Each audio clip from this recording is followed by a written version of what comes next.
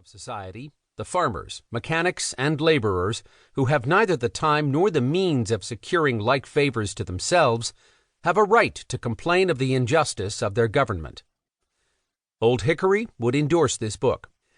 Economists study such ideas that underlie upward redistribution, such as protectionism, the too-big-to-fail rule, and concentrated benefits and dispersed costs. Harvey and Conyers give us chapter and verse on how those phenomena influence us. They present story after story of subsidies going to billion-dollar companies or billionaire owners. In the energy chapter, they dig up a report from an obscure blog about an energy lobbyist's frank presentation of the return on investment, ROI, his company got from New York Governor Andrew Cuomo's nuclear power bailout after the company's lobbying and public relations campaign.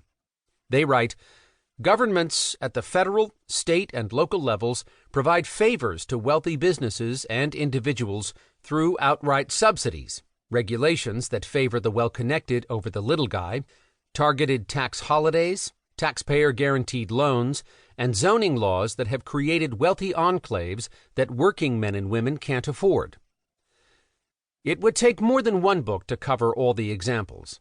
My Cato Institute colleague Chris Edwards finds more than 2,000 federal programs offering subsidies to individuals, businesses, nonprofit groups, and state and local governments, subsidies for farmers, retirees, school lunches, rural utilities, the energy industry, rental housing, public broadcasting, job training, foreign aid, urban transit, and much more. These subsidies don't all go to the rich, but it helps to be well connected. And of course, there are many more subsidy programs at the state and local level for stadiums, film production, big businesses like Amazon and Foxconn, small businesses, redevelopment, and so on. What are the costs of all these programs that redistribute wealth and income upward? There's the unfairness, of course, of taxing people to subsidize those richer than themselves, and the direct financial costs in taxes and added borrowing. There's the inequality that is often caused or worsened by government itself. And then there's the inefficiency that regulations and subsidies create.